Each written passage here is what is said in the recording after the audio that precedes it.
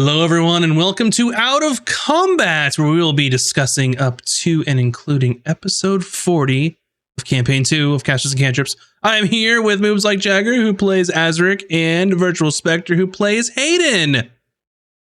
Episode 40. We've been gone for a little while, getting back in the D&D saddle. Very silly episode. Silly, but much needed, and it was a lot of fun. Chaos just equals fun. Yeah, I will say that you all narrowly, but deftly avoided the combat that was ensuing and while you were keeping watch outside. So very well played by you all. Yeah. When we had a fairly solid plan going in, and things were going well, but given that we wanted to stick with stealth, prevented our spellcasters from casting spells that maybe could have picked up on some stuff that we could have avoided, and then it turned into chaos, and it was fun. Yeah, for sure. I will say that this is like one of those rare moments where a whole party was on the same page of like, we're just going to run. We're not going to fight. We're going to get out. Because sometimes it's like some people want to run, some people want to fight, and then it kind of gets into a weird, kind of tug of war there. But all y'all were like, we're getting the hell out of here. With very little like meta communications or in-game communication. Like we just we knew what we had to do. Shit's getting out of control, and the last thing we want to do is get into an altercation. And it was double chaos for me because I missed the previous session, so I had no idea. And I'm usually really good about listening on the sessions that I missed, so I'm like, so I know what's happening. So this was like an extra added layer of chaos. I was like, I don't know what we are doing here. This is crazy. I will say that like your polymorph was pretty clutch of getting that out there, and I had forgotten that you had that invocation that allows you to use polymorph. So I think bravo to you, turning into a big bird and flying away. Have you used it before? I don't remember. Yep. Time. That was the first time for a chance to use this, and I was like, this is a good time. I am grappled. I have negative strength. There's no way I'm getting out of this, so I'm just gonna turn to Big Bird. Yeah, which was great because like you turned huge, so then you're 2 sizes bigger, and they can't grab you anymore. And then you just scooped up your friend, and then flew into the night. Off into the sunset. What made you choose the Quetzalcoatlus? Is it because you'd fought one before, or were you like, give me the biggest thing I can as you're going through? I was looking at the list, but I also, because on Monday for Tome of Knowledge, we talked about Druid wall shape forms. Yeah, and that bird specifically, the dinosaur, came up specifically. Yeah. During our chat, and I was like, oh yeah, we talked about this. I'm gonna connect the dots, and I'm gonna. Plus, it was like the biggest thing, as you said, but also because it can fly and fly really fast. Yeah. Perfect for escaping. How close was Hayden in getting involved when shit started hitting the fan? Because I think I looked at you as VS, you were like, I'm ready to go. Like, let's mess some people up. Well, actually, as the character, my entire concern was, I don't know where 2 of my group are at this point. Yeah. So I was flip-flopping between, do I attack someone? Do I create a version, like some sort of diversion? Or do I just like try to run? And the running thing was probably not going to happen unless I saw that was going to be the plan for everyone, because Hayden's not going to just leave people. I mean, and I didn't think attacking was a good idea because we were not in an advantageous spot to be fighting people, outnumbered and not prepared. So I was like, all right, my focus is going to be, if I have to, I'm going to try to create a distraction. And the plan was to like use like a beat of force and hope they fail their rolls and trap a few guys in a bubble, and that would cause panic and we might be able to escape. But we, I didn't have to do all that. We ended up getting out of there, but.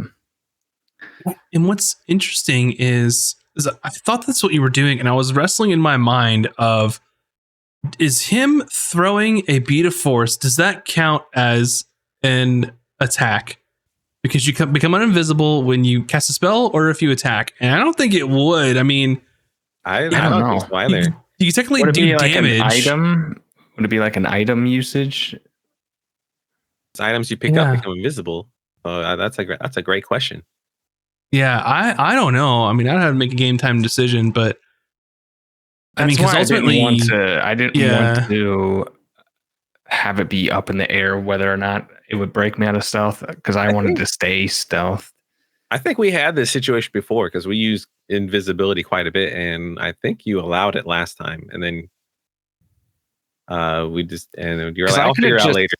Yeah, and obviously didn't. I could have just chucked one too in a direction, and they would have gone off, and they would have went. Yeah. Down an alleyway or something. I don't know. I didn't want to. Yeah, I do appreciate the chaos factor because we are digital. You were able to hide the invisible tokens on the map, so no one had no idea. Like if we were in person on tabletop, like you would see the person's mini on the table, right? So I think it was just very advantageous that we're using a VTT, and you do have the ability to hide tokens from us. It's so great. Even then, like invisibility. Oh my god! Like we can see people's movements, so we have like some meta knowledge of where people are. But I think, did we go to break in the middle of that? Yeah, we did. So when we came back, I forgot where where Taj was. I legitimately, so when I made my movement and ran into her, I was like, oh, I'm dumb. That's right. She was right there. But then I was thinking, Peyton wouldn't know that anyway. So that's cool. Yeah. And it is interesting because I have the thing where it like shows like your footsteps or whatever, like your previous amount of turns to make it easier. And I don't dislike that, because unless someone is specifically sneaking, like you hear stuff. Like just because you're invisible means your footsteps don't make noise. So I'm totally fine with that. The bad guys don't notice, but they won't remember usually. But I will say this was a pretty good session for rolling dice for me. Yeah, I don't think I rolled below a 10 one time. I'm just like, I remember it's just a natural 20. Like no big. Like I just did it. I had rolled it and it was sitting there, and then there was another conversation that was happening. So by the time you're like, okay, what was your roll? I was like, that was a 20. Amazing. So now we have an item that is a rod. This is a rod. A rod that does things. A rod of things. Perfect. Yeah. A valuable item that there's any number of things we could do with it. I guess what gave you this idea for this contraption that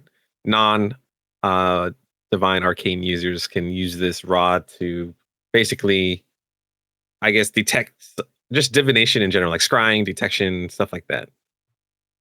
So there are reasons why this person was bankrolled to build this thing, which you don't know yet. But I thought it would be interesting in a world where arcane magic users are seen as, people to be nervous or feared about, or to be, registered, stuff like that. With the atoll being what it is, sort of a neutral area, like I'm wondering what people would do that don't have that power, can't really learn to study for that power. Like, what if people got their hands on something like that? I just thought it'd be interesting to really mesh like science, technology, and magic into one thing. Because especially that's kind of what artificers do, right? So I don't know. I just thought it'd be interesting to have something like that in the world, and like what it would mean, like to just the populace as a whole. Like, would people embrace it? Oh, we can have the power without having to worry about magic users, or will people fear it? Of oh, now anyone can do this. This is terrible. Why would we make this? So I guess we'll see what happens, what people think about it. But I guess TLDR is I thought it'd be cool. I imagine the Order of the Conservancy would not like that at all, but would also use that to their benefit. Yeah. I mean, divination magic there's some pretty strong stuff in there. So that's why when Hayden was throwing out ideas for what we could do with it, he's like, it could be a pretty strong bargaining chip to get someone off our back. Because imagine, I mean, that would not be ideal, but I mean, if you can tell them how that works, and then. Do you think Hayden would want, if he could learn how to wield or control or something like that, if that's even possible, do you think he would want to try and go through that to try and find his parents? To learn more about what happened to him? It's a good question. I think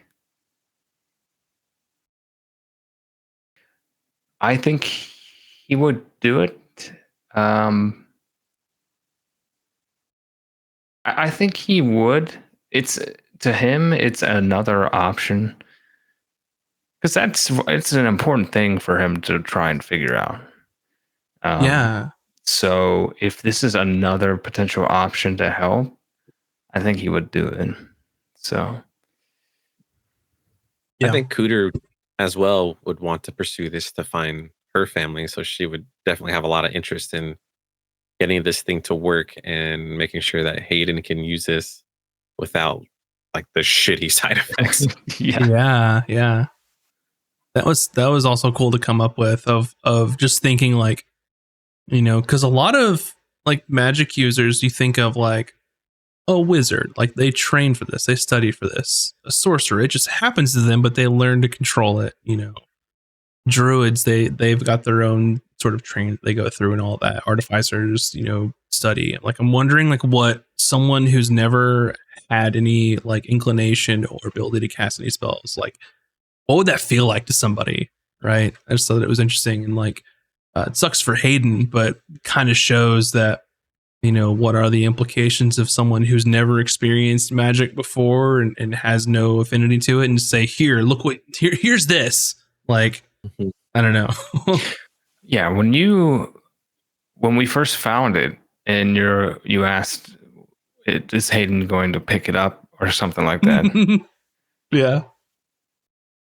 I really wanted to, as a player, to see what it did right then and there.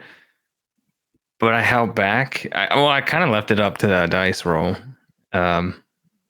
Because Hayden is a cautious individual by nature. So he's not going to be like, ooh, weird thing in box I don't understand. In the middle of us trying to sneak and get this out of here, let me touch this. I don't think he was going to do that. Yeah, that makes sense. A small temptation too, but man, can you imagine if I had done it right there? Yeah.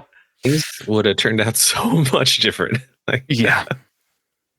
I even though I made this happen and sort of created it, I loved the scene of Invisible Hayden and Cooter trying to transfer an item, and they can't see each other and they can't see the item. It's like, and I think it's so interesting. And I wouldn't have thought about this unless like what you talked about with the VST and how I have it set up to where invisible people can't see each other. Like you don't really think about that like when you're playing usually, but like if you're invisible, like you cannot see other invisible people normally. So I kind of like the awkwardness and silliness of it when you have like 3 or 4 people that are all invisible and having to like navigate and deal with that. I just think it's interesting. Yeah, I loved it. That's why I was like trying to play into it as much as possible. I probably didn't have to, but I think because we use this a lot, and this happens a lot. We don't see each other are. We try to have like these little tells, like Taj and Azric have a thing to let each other know, like, okay, but not only when one of them is invisible, not when both. Yeah. We really need to invest in like see invisibility or some kind of utility item that helps us each other. Since this is kind of like our go-to strategy. It's just twin spelling and invising the whole crew. Yeah. I gotta remember this for next time. I gotta not mental note and write it down. Mm-hmm. Physical note. And experimenting with it on the ship led to another funny little scene with our crew and some of them having scurvy. That was a really funny moment. Trying to think like, how do I portray like detect poison and disease on your ship? Because it's not any fun if it happens and like you don't perceive anything, right? Because that would kind of send the wrong message to you all as you're like trying to figure this thing out. And that was just kind of in the moment. I was like, this is going to be hilarious because they're going to try and figure out what it means. I was like, how are they sick? We just did a health inspection. We're fully stocked. So like, how do these people have scurvy? Like, what the hell? Of course, it's freaking Barry. I know, man. It's just people not. You got people on there that are just like, I don't need to. I'm just going to drink ale all day. I'll be fine. Like, we have shore leave. What do we need to do?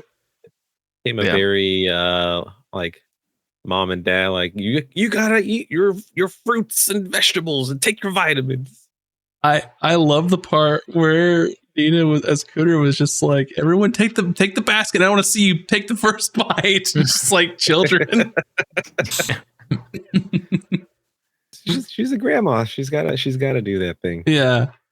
And I like throwing that stuff in there because it really, like, I want it to feel like the pirate fantasy. Like, you really have a ragtag crew. You don't have like a bunch of professionals, like, honestly, right? Like, yeah, they're professionals, but you've picked up, you know, your first crew was from the bearded crab that got taken and they escaped. Like, you know, they'll get better over time, but I just think it's interesting to have an actual like ragtag crew.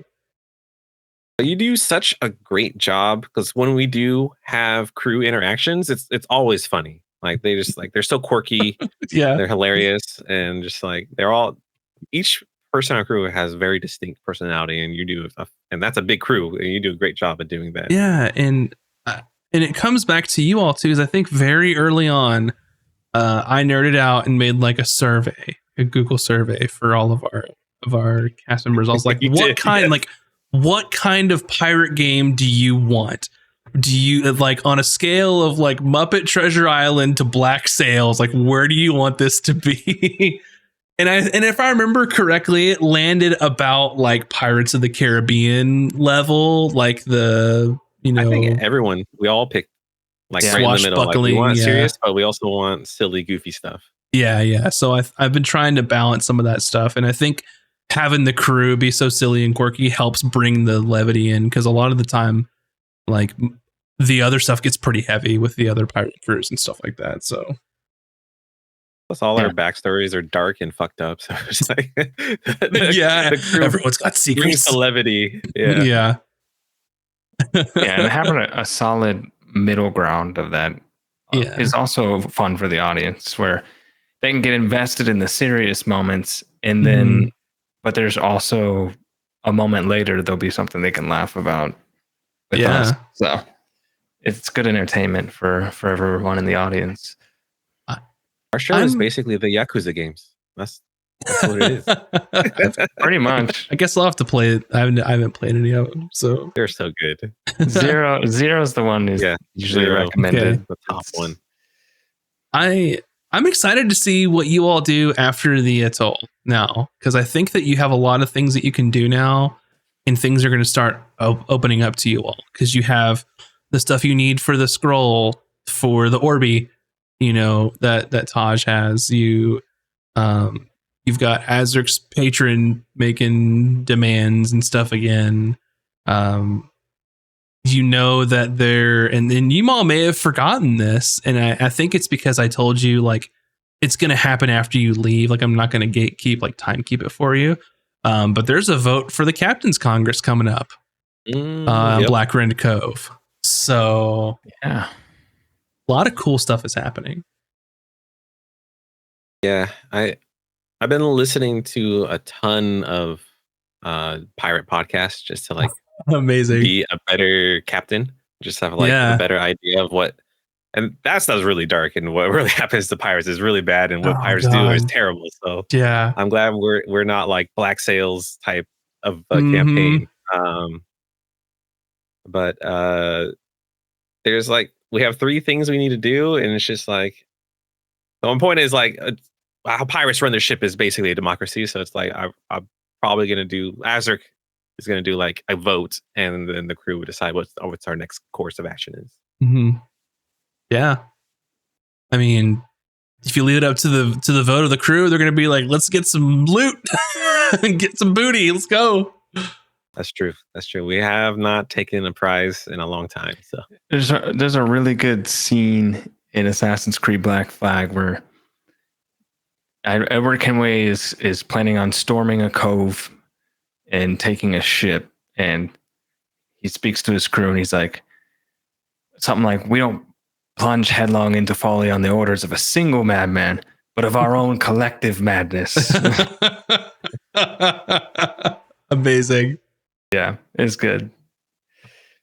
So yeah, I guess with that, you all make sure to tune in by the time you're seeing this tomorrow for episode 41 to the Symposium of Progress. And then after that, figure out what they're going to do with their little pirate lives. So thanks for watching, and we'll see you next time. Bye, everybody. Peace. Bye.